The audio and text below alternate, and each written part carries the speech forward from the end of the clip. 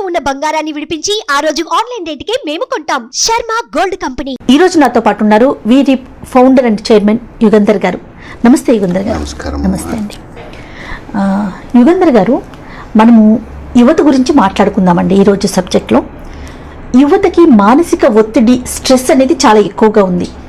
అది చదువు వల్ల కావచ్చు, చేసే ఉద్యోగం పట్ల కావచ్చు, లేకుంటే ఫ్యామిలీ నుంచి వచ్చే స్ట్రెస్ కావచ్చు. ఈ స్ట్రెస్ వల్ల మిగతా అన్ని వైపులా కూడా, అంటే వాళ్ళ సాయి శక్తుల ప్రయత్నం చేస్తున్నా కూడా కొన్ని చోట్ల ముందుకు వెళ్ళలేకపోతున్నారు. ఈ స్ట్రెస్ నుంచి యువతను మనం వెనక్కి తీసుకురావాలి అంటే, ఎందుకంటే దేశ భవిష్యత్తు యువత మీద ఆధారపడి ఉంది కాబట్టి, మనం ఏ విధంగా వాళ్ళకి అంటే సపోర్ట్ ఇవ్వాలి? ముందు ఫ్యామిలీ నుంచి మాట్లాడుకుందామండి. మీరు కరెక్ట్ చెప్పినట్టు స్ట్రెస్ అనేది యువతకి డిఫరెంట్ సైడ్స్ నుంచి వచ్చి ఉంటుంది. ఒకటి సామాజిక స్ట్రెస్ అయినట్టయితే, ఇంకొకటి పేరెంటల్ ఎక్స్పెక్టేషన్ స్ట్రెస్ చాలా ఉంటుంది. సో ఈ కాంటెక్స్ట్లో ఎప్పుడైతే చూసినట్టయితే పేరెంటల్ స్ట్రెస్ ఏదైతే ఉండేదో, పేరెంట్స్ యొక్క పాత్ర చాలా ఉంటుంది వాళ్ళని డీస్ట్రెస్ చేయడానికి. ఉదాహరణకి, నేను డాక్టర్ కాలేదు, మా వాడు డాక్టర్ కావాలి, నేను చదువుకున్నప్పుడు డాక్టర్ కాలేకపోయాను, నాకు ర్యాంక్ రాలేదు, మా వాడికి డాక్టర్ రావాలి అంటే పేరెంటల్ ఎక్స్పెక్టేషన్స్ అంటే అన్ఫుల్ఫిల్డ్ డ్రీమ్స్ ఆఫ్ పేరెంట్స్వి చిల్డ్రన్ మీద రుద్దుతూ ఉంటుంది చాలా మట్టికి. సో ఎక్కడి దాకా ఏంటంటే, I was working in a school, ఒక స్కూల్లో పనిచేస్తున్నప్పుడు ఎల్కేజీ పిల్లవాళ్ళని జాయిన్ చేయడానికి వచ్చిన పేరెంట్స్ కూడా మీ స్కూల్లో ఈ చదివితే మా వాడికి ఐఐటి సీట్ వస్తుందా అని అడిగే అంత స్థితికి ఉండింది ఇది ప్రస్తుతం. సో ఒకవేళ అలా ఉన్నట్టయితే ఏమవుతుంది అని అంటే, వాళ్ళు క్రమేపీ యాజ్ దే గ్రో ఆ స్ట్రెస్ ఎక్స్పెక్టేషన్ రోజు పెరుగుతూ ఉంటుంది. అదే మీరు రోజు వాళ్ళని నిలబెట్టి ఒక ఖైదీలాగో ఒక విక్టిమ్ లాగో నువ్వు ఇదెందుకు చేయలేదు అదెందుకు చేయలేదు అని అడగడం మూలంగానే కాదు, కానీ చిన్న పదాల ద్వారా కూడా ఆ స్ట్రెస్ బిల్డ్ అవుతూ ఉంటుంది.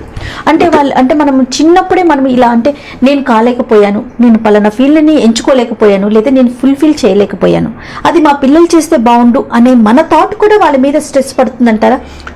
100% పడుతుంది అమ్మ. ఏమన్నా అంటే, గడిచిన కాలంలో మనం ఎదిగిన ఎన్వైరన్మెంట్ వేరు, ఇప్పుడు ఉండే ఎన్వైరన్మెంట్ వేరు.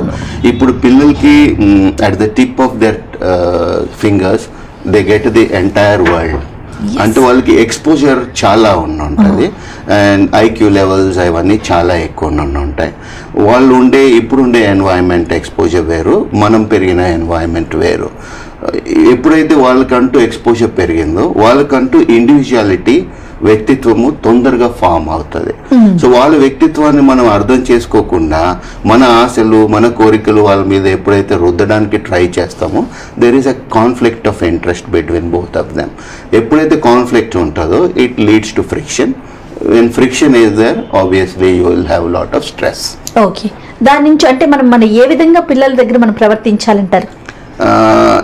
I always believe every parent has to be a role model before they actually put their dreams into the children. దాని అర్థం ఏమైనా అంటే, నేను డాక్టర్ కాలేదు, నువ్వు డాక్టర్ కావాలి అని అనుకునే దానికన్నా కూడా, నేను ఎలా ఉన్నాను, నన్ను నా పిల్లవాళ్ళు ఫాలో అవుతారు, నేను చేసిన ఎగ్జాంపుల్, నేను వాళ్ళకి ఎగ్జాంపుల్గా ఉండాలి అని ఎప్పుడైతే పేరెంట్స్ అనుకుని ఉంటారో, అప్పుడు పిల్లలు దే యాక్చువల్లీ హ్యావ్ డీస్ట్రెస్డ్ లైఫ్, మెంటల్గా, మానసికంగా దృఢంగా ఎదగగలుగుతారు. ఫర్ ఎగ్జాంపుల్, మా పిల్లలు ఉన్నారు, మా చిన్నవాడు అండ్ పెద్దవాడు, మేము ఒకసారి ఎయిర్పోర్ట్కి వెళ్ళాము. మేము ఎయిర్పోర్ట్కి వెళ్ళినప్పుడు ఏమైంది అని అంటే, వచ్చేటప్పుడు ఊబర్ బుక్ చేయమని ఇద్దరు పిల్లలు చెప్తే ఇద్దరు ఊబర్ బుక్ చేశారు.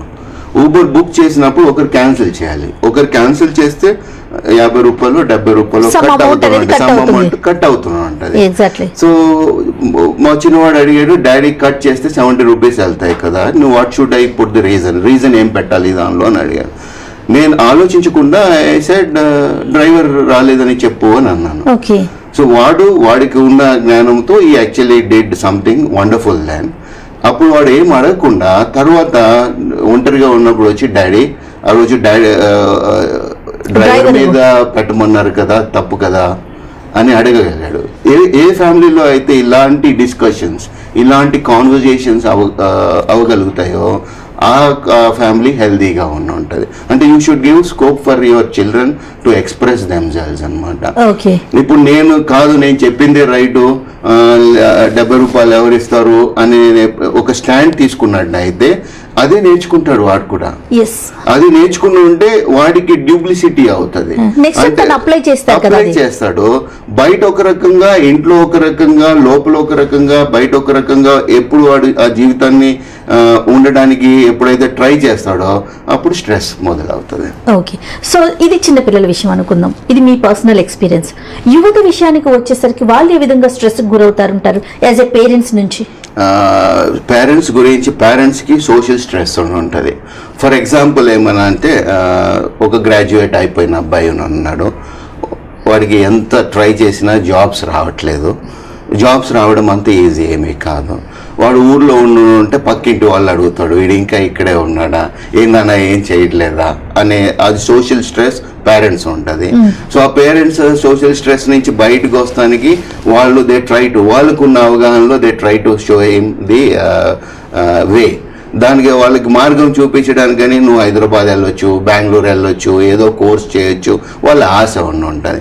సో ఎప్పుడైతే వాడిని అడగకుండా వాడు ఏం చేస్తాడు, వాడి ఉద్దేశం ఏంటి అని అడగకుండా ఈ సోషల్ స్ట్రెస్ ద్వారా పేరెంట్స్ ఆ స్ట్రెస్ తీసుకొని పిల్లవాళ్ళ మీద రుద్దడానికి ఎప్పుడైతే ట్రై చేస్తారో they don't live their life, they live their life for their parents or the society.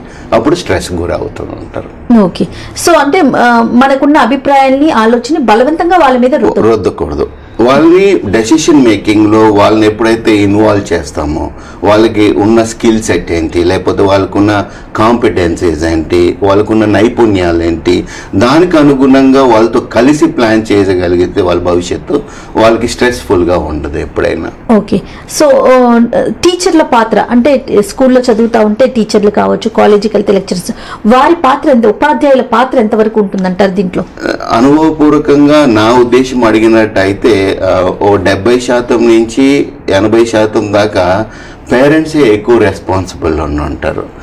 ఎప్పుడైతే మనం ఎక్కువ ఫీజులు కట్టి లేకపోతే కాలేజీ ఫీజులు కట్టి వాళ్ళకి ఎక్కువ టైం ఉంటారని చెప్పి మన బాధ్యతని స్కూల్స్ మీదో కాలేజెస్ మీదో వేయడానికి ట్రై చేస్తాము. ఎందుకనంటే మన గిల్ట్ ఫీలింగ్ని వాళ్ళ మీద తోయడానికి, ఎదుటి వాళ్ళ మీద తోయడానికి ట్రై చేస్తాము. అది తప్పని నేను అనుకుంటున్నాను. నేనేమనుకుంటున్నానంటే మన ఇంట్లోనే మనం చిన్నప్పటి నుంచి నేర్పించే అలవాట్లు కానివ్వండి, మోరల్ వాల్యూస్ కానివ్వండి, సోషల్ గ్యాదరింగ్స్ కానివ్వండి, అవి ఎక్కువ ప్రభావం చూపిస్తాయి పిల్లల మీద. కాలేజ్ వచ్చినట్టయితే వాళ్ళు నాలెడ్జ్ ఇస్తారమ్మా, స్కిల్ ఇస్తారు, అంతకు మించి ఇవ్వలేరు. కానీ ఇవి రెండే జీవితానికి సరిపోవు. ఇవి చాలా తక్కువ మోతాదులో అవసరం ఉంటాయి. యాక్చువల్గా అవసరం వచ్చే అంత లైఫ్ స్కిల్స్ చాలా అవసరం ఉంటాయి. ఆ లైఫ్ స్కిల్స్ అన్ని ఇంట్లో నేర్చుకోవాలి. ఓకే, మీరు అన్నట్లుగా ఇప్పుడు సోషల్ యాక్టివిటీస్ కి చాలా దగ్గర అయిపోతున్నారు పిల్లలు.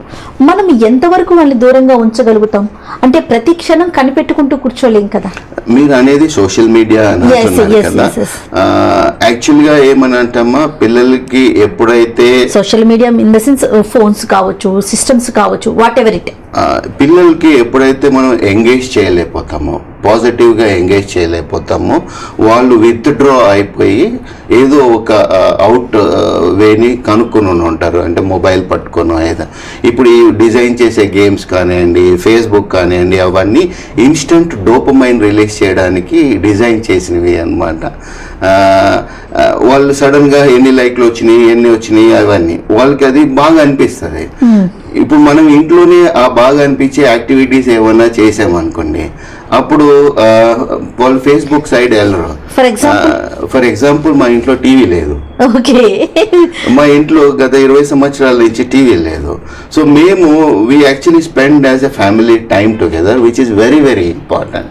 సో ఎప్పుడైతే ఫ్యామిలీగా 1 గంట 2 గంటలు టైం స్పెండ్ చేస్తామో అవగాహన అనేది, ఆ కాన్వర్జేషన్స్ అనేవి డెవలప్ అవుతాయి. అప్పుడు పిల్లలు మరీ అడిక్ట్ కాకుండా ఉంటారు. అలానే మా వాళ్ళు గేమ్స్ ఆడరని కాదు, ఫేస్బుక్లో లేరని కాదు, కానీ తగిన మోతాదులో అవసరం వచ్చినంత మట్టికి they can control themselves. So వాళ్ళు మనం ఎంగేజ్ చేయాలి. ఇప్పుడు ఫర్ ఎగ్జాంపుల్ మీరు అంటున్నారు ఫ్యామిలీతో మేమంతా ఎక్కువసేపు స్పెండ్ చేస్తామని, ఇంకా నెక్స్ట్ వాళ్ళని మా ఇంటి పక్కన ఒక అతను నైబర్ ఉన్నాడమ్మా, వాళ్ళ అబ్బాయి 8th క్లాస్ ఏమో ఉన్నాడు. వాళ్ళు ఏమని అంటే వాళ్ళు బెంగాల్ నుంచి వచ్చి ఇక్కడ ఉంటున్నారు హైదరాబాద్లో.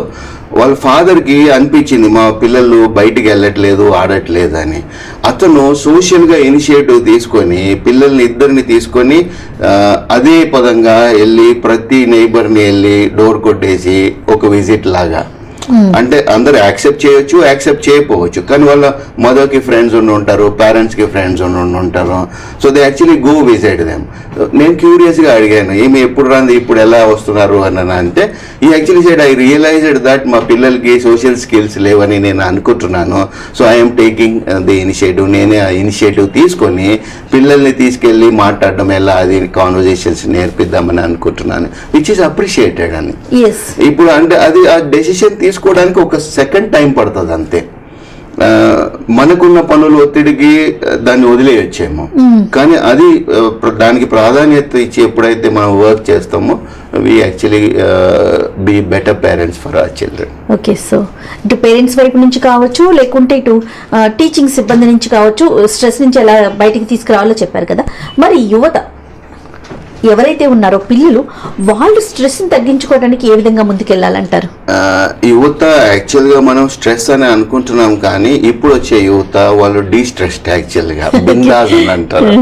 జెన్జీ ఎవరైతే ఉన్నారో వాళ్ళు ఎవరు చెప్పిన మాట వాళ్ళు వినరు, ఎందుకంటే వాళ్ళకి ఒక దృఢమైన అభిప్రాయాలు చాలా చిన్న ఏజ్ నుంచే ఏర్పడుతూనే ఉంటాయి వాళ్ళకి. సో వాళ్ళకి నచ్చిన విధంగా, వాళ్ళకి అర్థమయ్యే విధంగా చెప్తే కానీ వాళ్ళు దాన్ని పాటించేదాన్ని యాక్సెప్ట్ చేయరు, యాక్చువల్గా చేయరు. అంటే ఇది వర్కౌట్ కాదు, ఇది కాదు, అది కాదు అని చెప్తారు. మీరు ఏ చెప్పినా దానికి ఒక 10 ఎందుకు కావో చెప్తారు, కానీ వాళ్ళ మనసులో ఏదో ఒకటి వర్క్ అయ్యేది ఉంటుంది.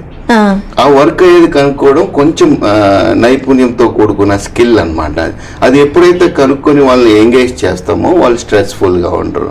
ఇంకొకటి ఏమన్నా అంటే వాళ్ళు బయటికి వాళ్ళని అర్థం చేసుకునే వాళ్ళ దగ్గర మాట్లాడలేదు, వాళ్ళ దగ్గర లేనట్టయితే వాళ్ళు లోపల ఉంచుకుని then they actually get to stress. They get into stress because of the expectation of parents or the society, not because they actually get into that. అయితే యుగంధర్ గారు చాలా మంచి ఇంపార్టెంట్ పాయింట్స్ చెప్పారు. అయితే మీ ఫౌండేషన్ నుంచి మీరు ఏ విధమైన కార్యక్రమాలు చేస్తున్నారు? మేము యాక్చువల్గా అమ్మ we have a 3 belief system in the foundation. ఒకటి ఏమన్నా అంటే we positively impact and inspire rural youth. Okay. 2 we prepare our rural children. రూరల్లో ఉన్న మన చిల్డ్రన్ని వాళ్ళని భవిష్యత్ సిద్ధం చేయడం అని అంటాము. ఫ్యూచర్ రోల్స్కి ప్రిపేర్ చేయాలి అనేది రెండోది అనమాట. మూడోది ఏంటనంటే మా వాలంటీర్స్ ఎక్కడైనా ఉన్న రూరల్ ఎంటర్ప్రెనర్స్ ఎక్కడ ఉన్నా వాళ్ళ కమ్యూనిటీకి మెరుగైన జీవితాన్ని అందించాలి అనేది మా ముఖ్య 3 ఉద్దేశాలు అనమాట. ఇది ఎలా చేస్తున్నామని అంటే ఐ బిలీవ్ గవర్నమెంట్ అందరికీ జాబ్లు ఇవ్వలేదు. ఇప్పుడు జాబ్ క్రియేషన్కి బయటకు వచ్చే గ్రాడ్యుయేట్స్కి చాలా వ్యత్యాసం ఉండింది. సో వీళ్ళందరికీ జాబులు క్రియేట్ చేయాలంటే కుదరదు, కానీ వాళ్ళ కాళ్ళ మీద వాళ్ళు నిలబడి వాళ్ళే గౌరవంగా వాళ్ళ ఊర్లో సంపాదించుకోగలిగితే మంచి పని చేసి అలాంటి ప్రోగ్రామ్ డిజైన్ చేసాం మేము. అలా చేసినట్టయితే వాళ్ళకి బాగుంటుంది, వాళ్ళ ఊర్లో ఉన్న వాళ్ళకి బాగుంటుంది అనేది మా ముఖ్య ఉద్దేశం అన్నమాట. భవిష్యత్ సిద్ధం, పిల్లల్ని భవిష్యత్ సిద్ధం చేయడానికి అంటే ఏంటనంటే ఇప్పుడు ఉన్న జాబ్స్ ఒక 15 years తర్వాత ఉండవమ్మా. ఫర్ ఎగ్జాంపుల్ ఇప్పుడు టైప్ రైటర్ అనే జాబ్ ఉండదు మీకు.